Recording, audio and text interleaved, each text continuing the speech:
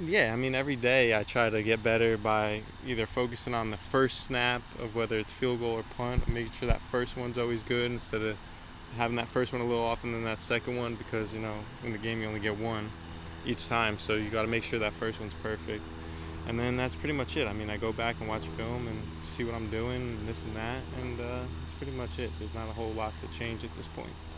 Just the chemistry that you have with your holder and your kicker and your punter and just the operation of it all to have that experience coming back, how beneficial Well, is yeah, that I going to mean, be? this year the chemistry has been so much better. I mean, Albers, the holder, was my roommate.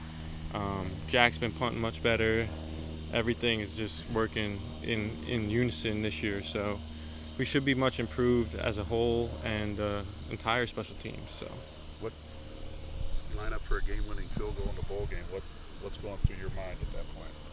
not much. I mean, really not much. I was just excited for the whole situation. Playing against my dad's former team in Tennessee, and again having the chance to beat them, and then Mitch making the kick, obviously, which is the biggest part. But good snap, good hold, good kick, and that's pretty much it. Snapping for field goals more difficult than punts, or vice versa? About the same. It's the same in a sense, but it takes a little more accuracy. Punt, you have a little more area of, like if you miss, you have a little more. But field goals, you need to be on point and everything. So uh, that's pretty much it. You never sailed one over the punter's head. No, not yet. So hopefully that never happens. Never in my entire career, actually, high school or ever since I started snapping. So That's your goal, is for nobody to look up. He's number 31. no, I don't want them to know me by bad snaps. Hopefully, only good snaps, game winners, and doing the right thing on and off the field. So Is there a long snapper that you looked up to growing up? my dad. Okay. My dad was the long snapper I looked up to. I mean, I didn't really follow long snappers specifically. I never went to like all those camps and all that. Um, but my dad, he taught me how to do it, so that's what I follow. Yeah, in the driveway, in the back, in the front yard, wherever we got a chance, I would always grab him and say, "Dad, can we get off the couch and go snap?" So, How's your health? I mean, you still in um, good shape? yeah, I'm doing great. I'm doing as good as I can. 100%. Considering all the things, I mean, obviously no colon, this and that, going through all the surgeries, but I feel great, feel strong, healthy.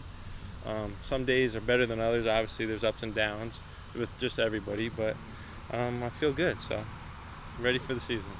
Just talking with some of the other specialists, we asked them about just, I guess, some of the mental challenges that come with that aspect of football. Just how do you feel like you've, I guess, overcome some of the mental hurdles, really settled into your role throughout your college career? So being a specialist is very like on your own or very mental to begin with, and as a unit, me, Mitch, and Jack, even the holder, we're all making sure that we check in on each other and make sure that their minds are good and that they stay positive, because as a specialist it's hard to stay positive all the time, because if you're not making kicks or you're not punting well, you're not snapping well, you get down on yourself because you know you could do it, so when you're not doing it, it's kind of disappointing. But we check in on each other and make sure everybody's doing good. How'd you help Jack kind of manage last year? Because he's his worst critic. Yeah, You so even mentioned it's me against me.